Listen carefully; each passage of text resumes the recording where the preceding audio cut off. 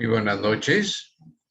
Ustedes están conectados a esta serie de Jesús revela su plan de amor en las profecías de Daniel y Apocalipsis. A nombre de nuestro ingeniero Ronalberto Puentes y este servidor Miguel Ángel Puentes, les damos la bienvenida al capítulo número 17 de nuestra serie, titulado La más hermosa promesa de Daniel 2 en su segunda y última parte. Ya el próximo capítulo estaremos viendo uno nuevo, el capítulo 3 de Daniel. Y bien, como es nuestro hábito, nuestra costumbre, no podemos iniciar sin implorar la presencia del Espíritu Santo. Tengan la amabilidad y nos acompañen en oración allá en donde ustedes se encuentran. Muchas gracias.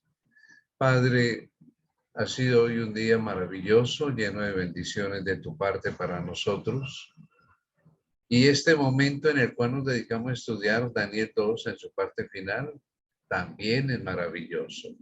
Espíritu Santo, te rogamos que en donde estemos cada uno de nosotros, nos asistas con tu presencia, nos ayudes a entender la historia y la profecía. Quédate con nosotros.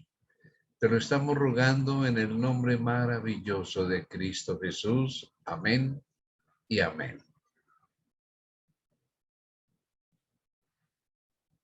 Para comenzar, vamos a leer esta noche Daniel, capítulo 2, versículos 20 al 22.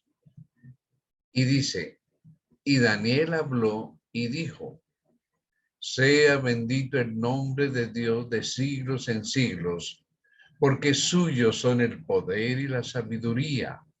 Él muda los tiempos y las edades, quita reyes y pone reyes, da la sabiduría a los sabios y la ciencia a los entendidos.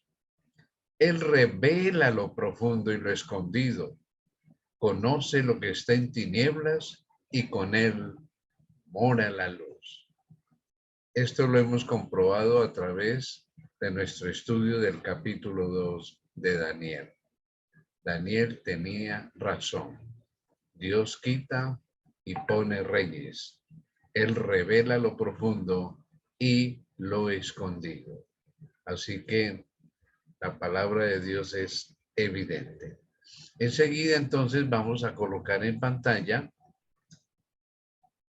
un repasito corto de lo que ya hemos estudiado, el sueño de Nabucodonosor, en donde ve una imagen impresionante cuya cabeza es de oro, pecho de plata, vientre y mulos de bronce, piernas de hierro y los pies parte de hierro, parte de barro, y estaba mirando hasta que una piedra no lanzada por mano humana dio en los pies y la estatua se desmenuzó íntegra y se la llevó el viento en pedacitos. Daniel, por revelación de Dios, le interpretó y le dijo, tú eres la cabeza de oro y después de ti va a haber otro imperio, y así sucedió, el imperio medo-persa, y habrá un tercer imperio, el imperio de los griegos, y un cuarto imperio largo y fuerte, tremendo, terrible, el imperio de Roma. Y a lo último dijo, será un reino dividido, ya no volverá a ser ningún imperio, 10 básicamente como 10 dedos, y es el origen de Europa, que no se pegarían como el barro no se pega con el hierro, ya lo vimos a través de la historia. La piedra llega y vimos que es justamente la profecía de la segunda venida de Jesús, la cual va a dar origen al reino de Dios, el cual no será dejado a ningún otro imperio, ningún otro reino. Este será el reino eterno, el reino de Dios. Bien, continuando entonces, vamos a recordar lo que le dijo Daniel al rey Nabucodonosor, Daniel 2:44, y en los días de estos reyes de Europa, el Dios del cielo levantará un reino que no será jamás destruido, ni será el reino dejado a otro pueblo. Desmenuzará y consumirá todos estos reinos, el fin del mundo, pero él permanecerá para siempre, el reino de Dios eterno. Qué belleza, ¿verdad? A continuación, entonces, para seguir con este final del capítulo 2, recordemos la inquietud de los discípulos. Mateo 24, versos 3, 6 y 7. Y estando él, Jesús, sentado en el monte de los olivos, los discípulos se le acercaron aparte diciendo, dinos, ¿cuándo serán estas cosas? ¿Y qué señal habrá de tu venida y del fin del mundo? ¿Qué señal habrá de tu reino, de la llegada de tu reino? Ya en el capítulo anterior estudiamos nosotros una parte de esas señales que quisieron conocer los discípulos. Veamos entonces nosotros que la palabra de Dios dice, y oiréis de guerras y rumores de guerras. Mirad que no os turbéis, porque es necesario que todo esto acontezca, pero aún no es el fin. Ya estudiamos esa parte en el capítulo anterior y siguió diciendo, porque se levantará nación contra nación y reino contra reino, y habrá pestes, hablamos de eso en el capítulo anterior, y hambres, también lo mencionamos con estadísticas, y terremotos en diferentes lugares. Ya estudiamos estas partes, pero viene algo más interesante. Veamos, que será nuestro tema justamente de esta noche. Mateo 24, 29, Jesús siguió diciendo lo siguiente. E inmediatamente después de la tribulación de aquellos días, ¿cuál tribulación? Ya lo vamos a explicar. El sol se oscurecerá y la luna no dará su resplandor y las estrellas del cielo caerán y las potencias de los cielos serán conmovidas. Nótese la frase, veámosla, coloquémosla en pantalla, e inmediatamente después de la tribulación de aquellos días. ¿Cuál tribulación? Veámosla. La tribulación justamente de la Santa Inquisición. Esa tribulación de aquellos días, que fue mal llamada Santa Inquisición, que de santa no tuvo nada. Sabemos que esa fue la tribulación por los sucesos proféticos que siguieron a esa terrible persecución de la Iglesia Católica. Todo tiene un orden, la profecía y la historia, caramba, van de la mano, juntitas. La Santa Inquisición, su fundación tuvo lugar durante la Edad Media, durante el Sínodo de Tolosa, del año 1229. Noten que siglo XIII, donde se funda justamente la Santa Inquisición. ¿Y a qué se conoce como Santa Inquisición? Pues se conoce una manera en que el tribunal creado por la Iglesia Católica, Apostólica y Romana se dedicó a la persecución sistemática, metódica y el castigo de los llamados herejes y disidentes religiosos. Pero no fue hasta el siglo XV, años 1400 y tanto, que efectivamente comenzó a funcionar con más presencia y movilización, no solo por un espíritu religioso, sino también porque hubo intereses políticos de por medio. Algunas de las torturas más destacadas y macabras fueron las siguientes. Y usted dirá, bueno, ¿y usted por qué se va a detener en esto? Ya verán, son cosas que nosotros no hemos conocido y que vamos a entender por qué Jesús usa esa frase, después de la tribulación de aquellos días. Vamos a ver en qué consistió esa tribulación.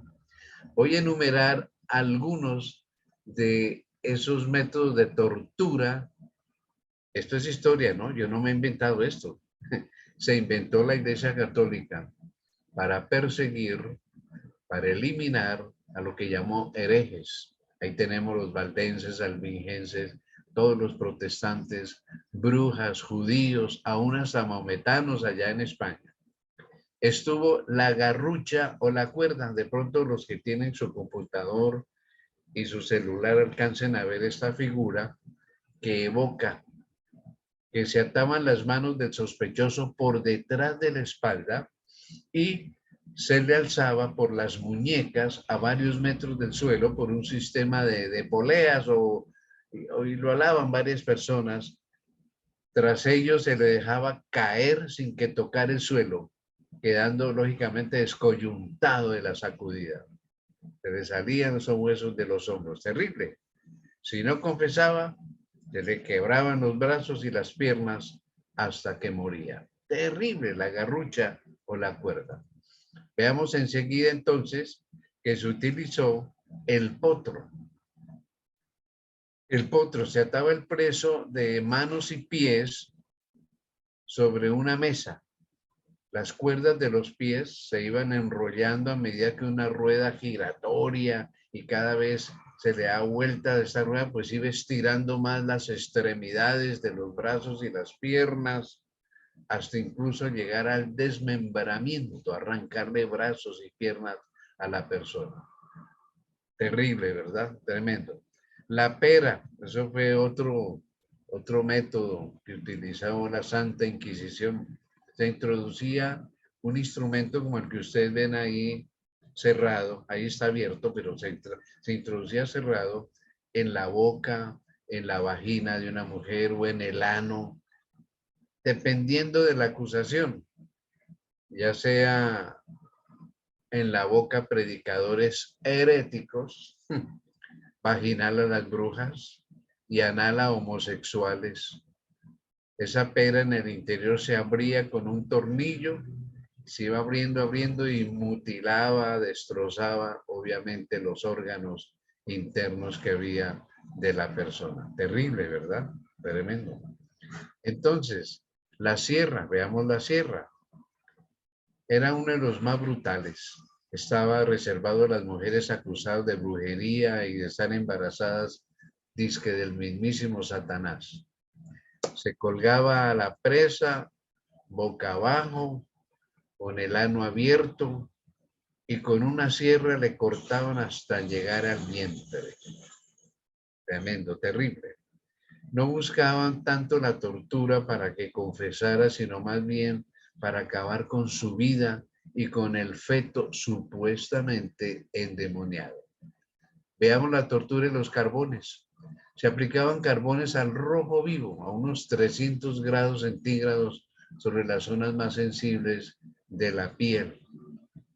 Los pies, por ejemplo, que son muy sensibles. Uno tropieza un dedito y usted sabe cuánto duele. Ahora, imagínense unos carbones ahí. Tremendo, terrible. Veamos el aplastapulgares.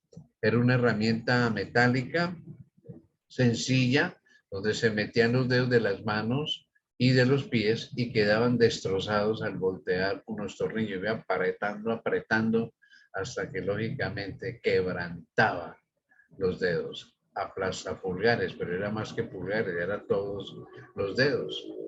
Otra tortura, el agua. ¿Cómo así? Sí. El agua consistía en introducir al reo, al que le tapaban las fosas nasales, le metían una especie de embudo en la boca por donde él tenía que ingerir grandes cantidades de agua. Esto provocaba entonces una sensación muy fuerte de ahogamiento y solían morir por ruptura del estómago. Le llenaban supremamente de agua y le iban preguntando lo que querían saber. Terrible, ¿no? Tremendo. La cuna de Judas. ¿Cómo les parece ese nombre? Esta tortura consistía en elevar al preso con un sistema de cuerdas y poleas y dejarlo caer sobre una pirámide de madera afilada con la precisión suficiente para que cayera y el aparato le desgarrara el ano, el escroto o la vagina, así como están viendo en la figura. Le dejan caer de golpe y le iban destruyendo su organismo. Terrible, ¿no? Por eso digo que la Santa Inquisición fue mal llamada santa, porque de santa no tuvo nada. La flagelación. También se utilizaba este famoso castigo corporal en el que se azotaba el torso desnudo con varas o flagelos hasta sangrar, incluso llegando al desmayo del reo. Algo terrible, inhumano. Otra de esas torturas fue la doncella de hierro, una de las torturas más crueles, aunque se piensa que no era muy común. Se trataba de un sarcófago, como una especie de ataúd, en donde había en sus paredes y en su fondo clavos largos, y tenía como forma el cuerpo humano con pinchos metálicos en su interior y se clavaban en el cuerpo para desangrarlo, herirlo poco a poco. Esto era terrible, moría la persona desangrada y con tremendos dolores en el cuerpo. La cabra fue una de las torturas más originales, en cierta manera, pues consistía en bañar los pies atados del reo en agua salada. Tras esto traían cabras que lamían con su áspera lengua. La lengua de la cabra es una lija terrible. Y entonces les lamía esta parte del cuerpo, desollando la piel, provocando heridas que en muchas ocasiones se infectaban y provocaban la muerte. A esto se le llamó la cabra. ¿Cómo les parece? Como ya vimos, la Inquisición fue fundada en el siglo XIII, 1229, pero a España, anotémoslo, en España fue instalada en el año 1478, o sea, unos 3 siglos después. A partir de 1542, a expensas del Papa Paulo III, también se le dio en llamar el Santo Oficio. El santo no tuvo nada. Su abolición fue aprobada en las Cortes de Cádiz, España, en 1812 por mayoría absoluta. Esta Inquisición llegó a América, sí, porque América estaba dominada, conquistada por España. Entonces España la trajo acá. Hubo 3 tribunales de Inquisición en el Perú, en Lima, en Cartagena, Colombia, y en Ciudad de México. Conocí personalmente hace años la de Cartagena y la de Ciudad de México. Muy pronto cerraron estas salas porque la gente obviamente se horrorizaba de ver esos instrumentos de tortura. Yo los conocí muy bien en Cartagena, pero eso años después los cerraron, porque la gente no se escandalizara y no se llevara un mal aspecto de la Iglesia Católica. Bueno, algunos de ustedes dirán, estamos estudiando Daniel 2 y usted, ¿por qué Miguel Ángel se ha detenido unos instantes en mencionar este triste evento? Porque es que la profecía dijo, y ahora sí tenemos que entender esa frase, anotémosla en pantalla. Jesús dijo, e inmediatamente después de la tribulación de aquellos días, ya tribulación fue la mal llamada Santa Inquisición. ¿Qué iba a pasar después? Pues que seguirían las señales que marcarían el inicio del tiempo del fin. ¿Cuáles señales? Anotémoslas aquí en pantalla. El sol se oscurecerá y la luna no dará su resplandor y las estrellas caerán del cielo y las potencias de los cielos serán conmovidas. Mateo 24, 29. Veamos entonces cómo se cumplió esta profecía. Leemos entonces nosotros para ello, en primer lugar, porque este será un tema cuando estudiemos las profecías de Apocalipsis, pero debo mencionarlo porque con este evento que vamos a citar de Apocalipsis, comienzan las señales que marcan el comienzo del tiempo del fin. Entonces vamos a leer Apocalipsis 6, 12 y 13. Miré cuando abrió el 6º sello. Esos sellos los vamos a estudiar cuando lleguemos a Apocalipsis, se lo prometo. Y aquí hubo un gran terremoto y el sol se puso negro como tela de silicio. Miren ese orden. Un terremoto terrible, después el sol se pone negro como tela de silicio y la luna se volvió toda como sangre. Y las estrellas del cielo cayeron sobre la tierra como la higuera, la mata que produce las brevas, deja caer sus higos cuando es sacudida por un fuerte viento. Un gran terremoto. Se refiere al terremoto de Lisboa, el cual tuvo alcances universales y ocurrió el 1 de noviembre de 1755. Asoló la costa occidental de la península ibérica, donde está España y Portugal. Afectó todo el norte del África.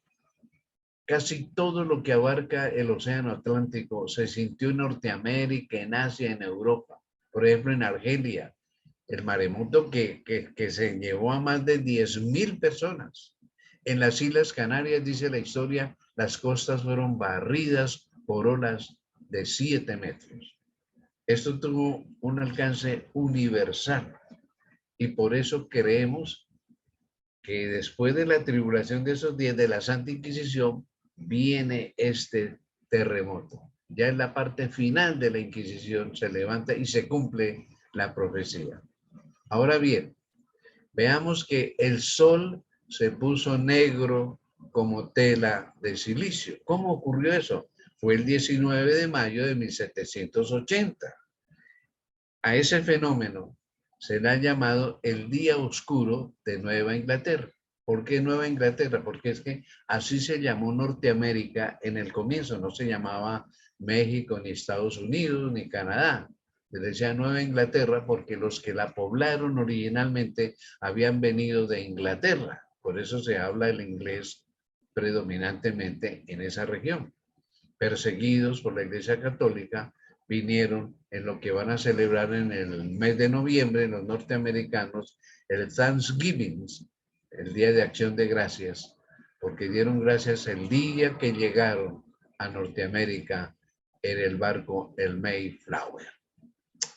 Pongamos entonces a pantalla lo que dice Ambridge's Dictionary de Webster, edición de 1883. Noten que es el año 1780, el día oscuro. 3 años después se escribe este diccionario y dice: la oscuridad empezó más o menos a las 10 de la mañana y prosiguió hasta el amanecer del día siguiente.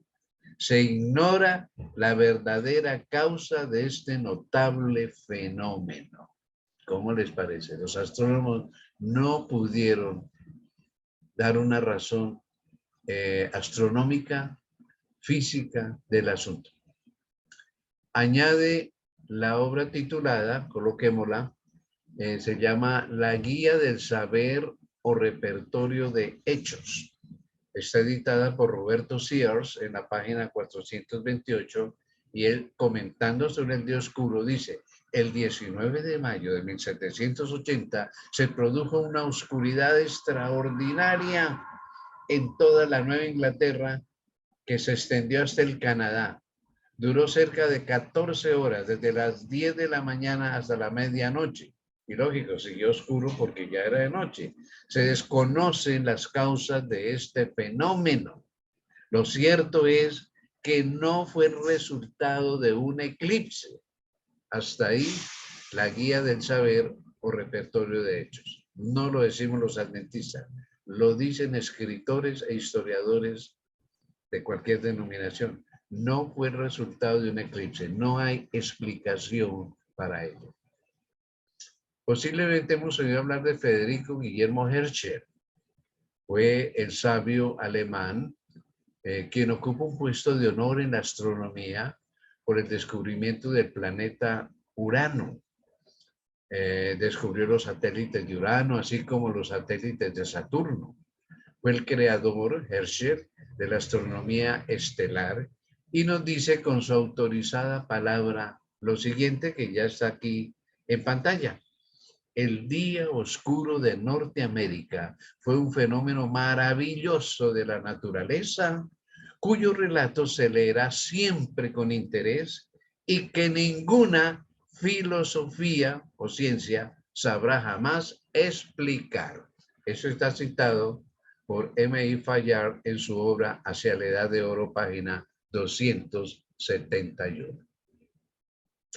Así que no hubo explicación. Lógico, era un evento de Dios, era la intervención de Dios, era la profecía de Jesús después de la persecución terrible vendrían estas señales y tengámoslas en cuenta. El terremoto, el día oscuro, y ahora tenemos que hablar de la luna hecha sangre. El profeta Joel menciona acerca de la señal en la luna. Joel, capítulo 2, verso 31, profetizó, y esto está en el Antiguo Testamento también. El sol se convertirá en tinieblas, y pasó el 19 de mayo de 1780, y la luna en sangre, antes que venga el día grande y espantoso de Jehová, la segunda venida de Jesús. Caramba, qué precisión, ¿no? Y este es Joel, no es Daniel. Y Apocalipsis, con Juan ya cerca del año 100 de nuestra era, reafirmó y dice, miré cuando abrió el sexto sello, y aquí un gran terremoto, el de Lisboa, y el sol se puso negro como tela de silicio, 19 de mayo de 1780, y la luna se volvió toda como sangre. Apocalipsis 6:12. ¿Cómo se cumplió esto? Pues exactamente el mismo día oscuro, esa noche, dicen los periódicos y la historia, salió la luna, pero toda roja como sangre. Ese mismo día del día oscuro. ¿Cuándo fue la primer luna de sangre? Porque han habido varias. Esa no fue la única. Pongámoslo aquí en pantalla. El 22 de mayo de 1453 fue la primera aparición que se sepa históricamente que la luna apareció roja como sangre. 1453, siglo XV. Y desde el 2004, ya siglo XXI, al 2022, hoy, han habido 17 eclipses lunares totales, que son los que hacen aparecer la luna roja. Este año ya hubo uno así, el año pasado también. Lo que llama la atención, mis hermanos, y por qué cito esto, no para mostrar, siempre apareció luna roja, no. Lo que llama la atención es que la luna roja como sangre del 19 de mayo de 1780, ese día oscuro, no hubo eclipse de luna. Y eso lo certifica la astronomía y no pueden explicar por qué pasó eso. Aparece roja cuando hay eclipse de luna, pero ese día no hubo. La mano de Dios, ¿la vemos o no la vemos? Así es. Entonces, esa mano de Dios da cumplimiento a la profecía. No hubo eclipse de luna. Ningún astrónomo ha podido explicar ese fenómeno. Ahora hablemos del resto de la profecía como señal de la venida del Salvador que va a establecer su reino eterno. En Marcos 13, versículo 25, dice que después de ese día oscuro y la luna como sangre, y las estrellas caerán del cielo. Y ahí nosotros se menciona, hay muchas citas en la Biblia, pongamos la de Apocalipsis 6:13, que dice, y las estrellas del cielo cayeron sobre la tierra como la higuera deja caer sus higos cuando es sacudida por un fuerte viento. Hoy sabemos que las estrellas son inmensos soles que jamás podrían llover sobre la tierra. Imposible. Es que ni el mismo nuestro sol, si cae en la tierra, imagínense, es en millones de veces más grande que la tierra. Uno solo acabaría el planeta. Jesús y los inspirados profetas se referían a los aerolitos, uranolitos, meteoros o estrellas fugaces, como se llamen. Pequeños cuerpos celestes atraídos por la ley de gravedad que al entrar en la atmósfera de la Tierra pues se recalientan y se ven incandescentes y pierden masa. Debo ser sincero al decir que cada año hay caída de estrellas fugaces, pero nunca como la que se registra en la historia. El siguiente testimonio está consignado en Wikipedia, usted la conoce muy bien en Internet, y expresa, hablando justamente de la caída de estrellas, lo siguiente. Dice, la primera gran tormenta de meteoros en la era moderna fueron las Leónidas. ¿Por qué las llaman así? Porque venían aparentemente de la constelación de Leo, se llaman las Leónidas, de noviembre de 1833.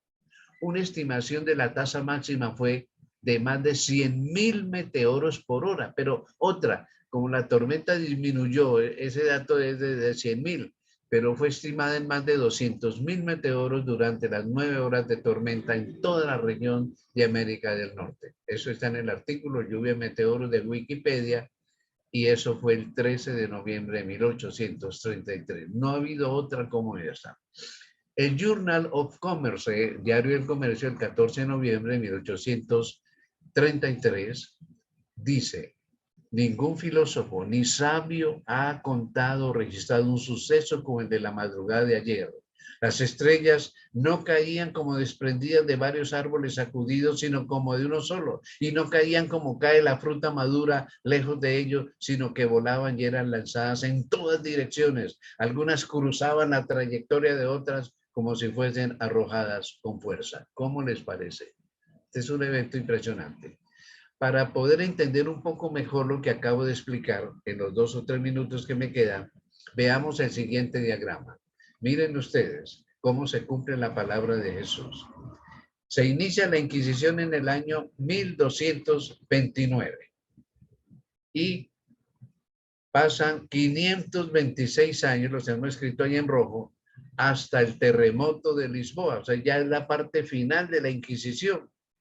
Eso es el año 1755. En el año 1780 es el día oscuro y la luna roja.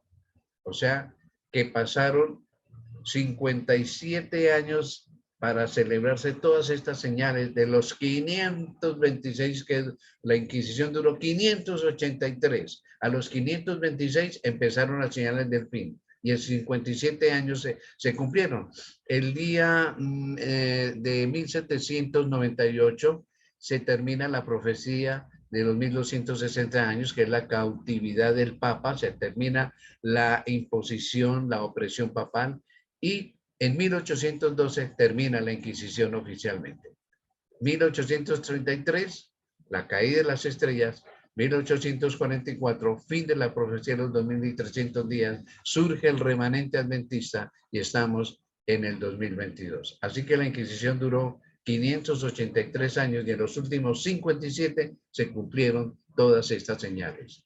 ¿Qué dice el Señor esta noche a nosotros? Veamos, leámoslo. Él nos dice lo siguiente para terminar: no se turbe vuestro corazón. ¿Creéis en Dios? Creed también en mí.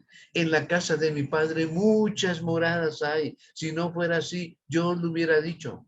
Voy pues a preparar lugar para vosotros. Y si me fuere y os prepararé el lugar, vendré otra vez y os tomaré a mí mismo, para que donde yo estoy, vosotros también estéis. Esa es la hermosa y bienaventurada esperanza que destacó Daniel capítulo 2. Todo eso para decir, la historia de los hombres pasa, pero el reino de Dios viene para que sus hijos fieles puedan vivir eternamente. Bueno, parece que el tiempo se nos ha acabado. Mi hijo me dirá cuánto tiempo nos queda. Parece que no vamos a poder dar tiempo a preguntas sobre el tema. El tiempo que nos queda, unos segundos o 2 minutos 39, ¿cierto? 2 minutos. ¿Alguien tiene alguna pregunta, alguna inquietud, algún aporte respecto al tema de esta noche? He tenido que correr un poquito, ¿no? Que quería terminar hoy Daniel 2. Prenda su micrófono, formule su pregunta. Bueno, tenemos 20 asistentes. ¿Hay preguntas? ¿Hay algún aporte? ¿Alguna opinión? Y si no, vamos a de oración. Cada vez que estudiamos tu palabra, Padre, cada vez que estudiamos tus profecías, nuestra fe se aumenta, se agiganta. Qué preciso fue Cristo Jesús y los evangelios, Daniel, al clasificarnos todas estas señales que nos muestran que estamos ya en el fin del tiempo del fin, que esperamos el reino de Cristo Jesús, su venida. Espíritu Santo, ayúdanos a prepararnos concienzudamente para que se cumpla lo que Jesús quiere, para que donde yo estoy, vosotros también estéis. Gracias por nuestro estudio de esta noche. Lo agradecemos en el nombre sagrado de Jesús. Amén Amén.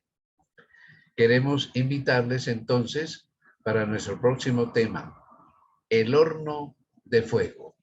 Feliz noche, bendiciones.